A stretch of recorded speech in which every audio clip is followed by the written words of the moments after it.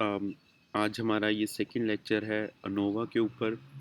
कल हमने जो लेक्चर किया था उसमें हमने हाइपोथेसिस टेस्टिंग की थी with the help of the F statistics, और उससे पहले हमने वन वे अनोवा किया था। आज हम डिस्कस करेंगे थोड़ा सा कि टू वे अनोवा क्या होता है। टू वे अनोवा एक लेंथी टॉपिक है, तो हम इसको 2-3 लेक्चर्स में कवर करने की कोशिश करेंगे। तो हम देखते हैं कि ये टू वे अनोवा क्या चीज़ है और इसे किस तरह अप्लाई किया जा सकता है। So what is two-way ANOVA?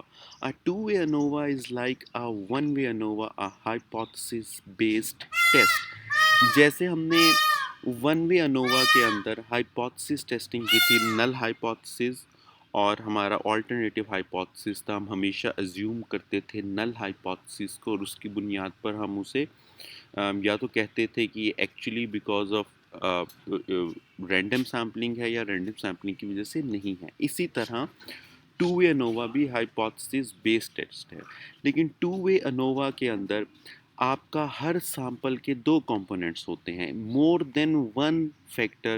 More than one independent factor उसके आउटकम को अफेक्ट कर रहे होते हैं। जैसे कल हमने वन वे अनोवा में देखा था कि फूड जोन सा है वो अफेक्ट कर रहा था कि फूड खा के A, B and C type का फूड खा के उन्होंने किस तरह परफॉर्म किया अपने एग्ज़ाम में। अब यहाँ सिर्फ एक फैक्टर है फूड का, लेकिन टू वे अनोवा में ये सिर्फ एक फैक्टर नहीं होता, एक से ज़्यादा फैक्टर होते हैं। कैसे होते हैं वो हम आगे चल के डिस्कस करते हैं। फॉर एग्जांपल आप सिनेरियो ये लें कि ये बॉयज़ एंड गर्ल्स हैं 18। ये पहले एज ग्रुप देखेंगे। हमारे पास एज ग्रुप है 10 साल का, 11 साल का और 12 साल का। ये हमारे पास 3 एज ग्रुप्स हैं। हर एज ग्रुप में 3 बॉयज़ हैं और 3 गर्ल्स हैं और ये उनके स्कोर हैं। अब हमने देखना ये है कि क्या जेंडर का अफेक्ट स्कोर पे हो रहा है और एज का अफेक्ट स्कोर पे हो रहा है, और क्या एज और जेंडर के इंटरेक्शन का अफेक्ट स्कोर पे हो रहा है। तो यहाँ अब देखिए एक से ज़्यादा फैक्टर है, वहाँ सिर्फ एक फैक्टर था जो फूड का फैक्टर था। यहाँ एक फैक्टर आपका जेंडर है, दूसरा फैक्टर आपकी एज है और तीसरा फैक्टर इंटरेक्शन है एज एंड जेंडर का। अब ये देखिए ये इनकी जेंडर दी हुई है, यहाँ इनका स्कोर है और ये इनकी एज है। ये उसका दूसरा ग्राफ, ये दूसरा उसका टेबल। ये हमने तकरीबन 18 लोग लिए हैं, 6 10 ईयर्स के, 6 11 ईयर के और 6 12 ईयर के, और उन हर एज ग्रुप में 3 बॉयज़ हैं और 3 गर्ल्स हैं। अब फैक्टर इसमें क्या है, एक जेंडर है और एक एज है और तीसरा जेंडर और एज का इंटरेक्शन है। क्या जेंडर का अफेक्ट उनके स्कोर पर पड़ रहा है, क्या एज का अफेक्ट उनके स्कोर पर पड़ रहा है, क्या जेंडर प्लस एज के इंटरेक्शन का अफेक्ट उनके स्कोर पर पड़ रहा है। इसे हम कहते हैं टू वे अनोवा या फैक्टोरियल अनोवा। अच्छा, अब वन वे अनोवा क्या था। वन वे अनोवा को अगर हम इसी एग्जाम्पल में वन वे अनोवा प्लेस करने की कोशिश करें तो एक मिनट के लिए आप जेंडर भूल जाएं। 10 ईयर, 11 ईयर और 12 ईयर, और ये उनके score irrespective either they are boys और गर्ल्स, ये उनके स्कोर्स हैं 4 6 8 4 8 9। ये 11 ईयर के और ये 12 ईयर की। अगर मैं पीछे जाके आपको दिखा सकूं कि यहाँ मैंने सिर्फ इनके एज ग्रुप लें कि ये जेंडर को, अगर आप एक मिनट के लिए इस जेंडर को भूल जाएं और ये सिर्फ 10 ईयर का एज का स्कोर, फिर 11 का एज का स्कोर और फिर ये 12 की एज का स्कोर हमने यहाँ ये पुट किया है और फिर उसकी एवरेज निकाली है या उसका मीन निकाला है। मीन कैसे निकाला है, 4 + 6 + 8 + 4 + 8 + 9 divided by the total number of observation that are 6। तो ये आपका आंसर 6.5, 8.5 और 12। अगर हमारा वन वे अनोवा होता तो ये हमारे लिए इनफ था, यहाँ हम ख़त्म कर देते। लेकिन क्योंकि इसमें एक से ज़्यादा फैक्टर इन्वॉल्व है, इसमें सिर्फ एज ही इन्वॉल्व नहीं, इसके अंदर उसकी जेंडर भी इन्वॉल्व है, तो हमने जेंडर का इफेक्ट भी देखना होता है। तो ये बेसिक डिफरेंस है वन वे अनोवा का और टू वे अनोवा का। अब यही जो सी ये उनसी एवरेजेस थी 6.5, 8.5 एंड 12। अब मैंने इन तीनों की एवरेज निकाल लिए, इन तीनों की एवरेज क्या निकलेगी, तो इन तीनों की टोटल एवरेज हमारे पास 9 आ रही है। इसके बाद two way ANOVA age and gender अगर हम बॉयज़ का देखें, मैंने आपको कहा था एक एज ग्रुप है, एक उसका जेंडर है। वहाँ इस पीछे में आपने बॉयज़ और गर्ल्स का नहीं किया, आपने सिर्फ एज का किया, 10 year, 11 year and 12 year irrespective of their age. अब हम यहाँ क्या कर रहे हैं कि हम इनके बॉयज़ का कर रहे हैं कि बॉयज़ की 10 ईयर की एज में क्या स्कोर है, 11 ईयर की एज में क्या स्कोर है और 12 ईयर की एज में क्या स्कोर है। अब ये उन्होंने स्कोर किया था 10 ईयर में, उनका देखेंगे 4, 6 और 8 था बॉयज़ का। अगर मैं आपको यहाँ दिखा सकूँ, 10 ईयर की एज में 4, 6 और 8 था बॉयज़ का स्कोर। 10 ईयर की एज में 4, 6 एंड 8, यही मैंने यहाँ पुट किया है। 10 ईयर्स में 4, 6 एंड 8 और इसकी एवरेज क्या निकलेगी 6, या इसका मीन क्या निकलेगा 6। अगर आप 8 प्लस 6 प्लस 4 करें ये 18 आ जाएगा, divided by total number of observation which are 3, so 18 divided by 3 is equal to 6। Same goes for 11 year and then same goes for 12 year. ये हमने 6, 6, 9 वहीं से मैंने उठाया है। बॉयज़ ने 11 साल की उम्र के जो बॉयज़ थे उनका स्कोर 6, 6 और 9 था। इसी तरह 12 ईयर की जो एज थी उनका स्कोर 8, 9 और 13 था।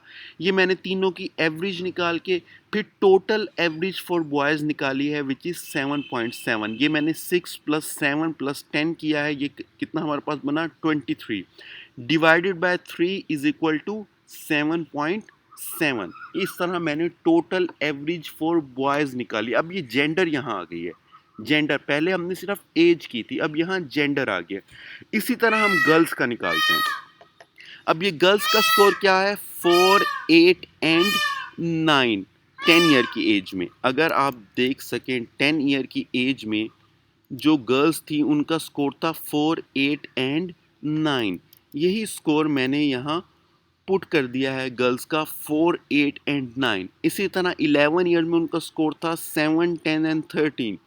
इसी तरह 12 ईयर में उनका स्कोर था 12, 14 and 16। And then I found the average for each age group for girls 10 years, 11 years, 12 years, और फिर मैंने उनकी टोटल एवरेज निकाल ली है दैट कम्स 10.3। तो बॉयज़ की भी हमारे पास आ गई है विच वॉज 7.7 और गर्ल्स की भी हमारे पास आ गई है दैट इज़ 10.3। अब इस डेटे की बुनियाद पर अब आपके पास जेंडर का भी है, आपके पास एज का भी है। इस बुनियाद पर आप एक टेबल बनाते हैं जिसे हम कहते हैं to way ANOVA mean table.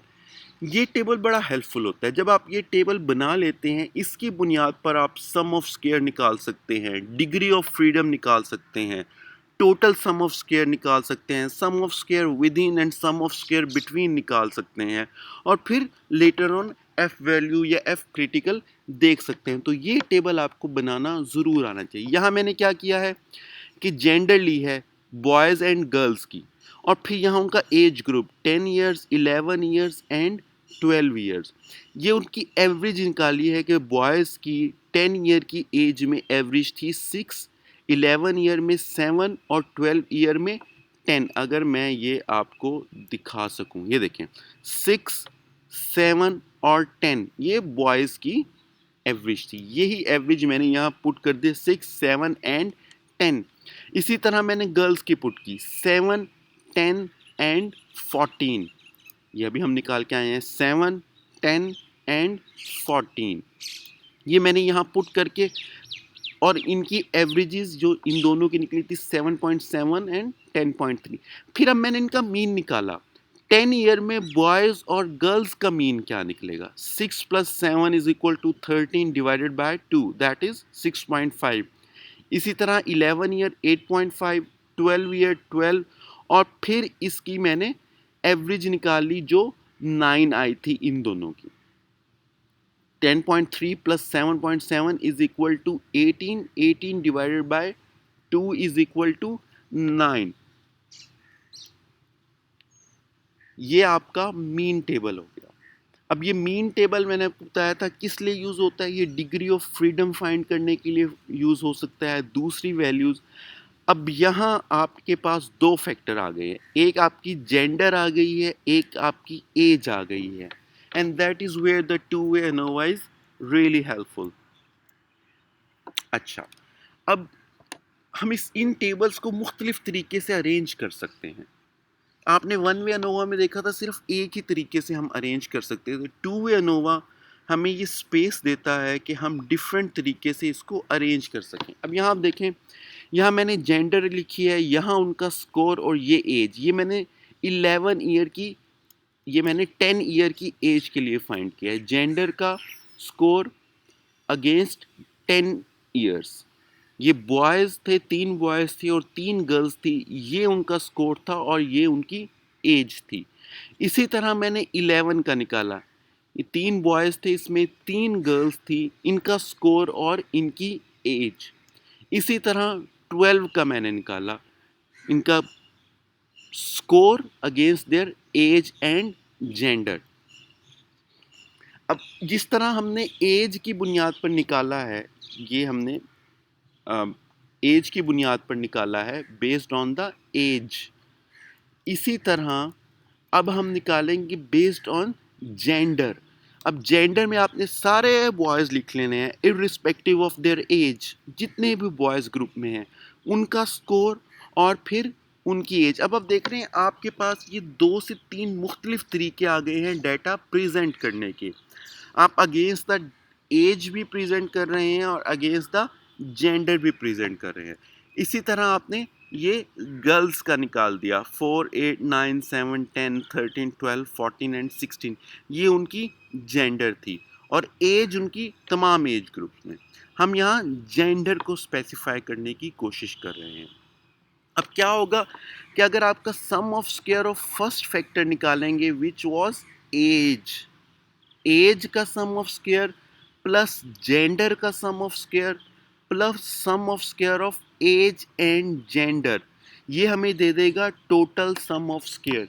ये कुछ कैलकुलेशन है कि सम ऑफ स्क्वायर कैसे होगा, सम ऑफ स्क्वायर विद इन कैसे होगा, सम ऑफ स्क्वायर बिटवीन कैसे होगा। ये कैलकुलेशन मैं आपको इंशाल्लाह नेक्स्ट लेक्चर में बताऊंगा।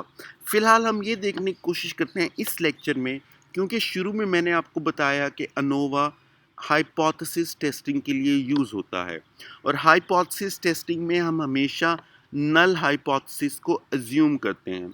तो हम देखते हैं कि टू वे अनोवा के अंदर हम इस सिनेरियो में जो हमारे पास एग्जाम्पल थी, हम कितने नल हाइपोथेसिस बना सकते हैं।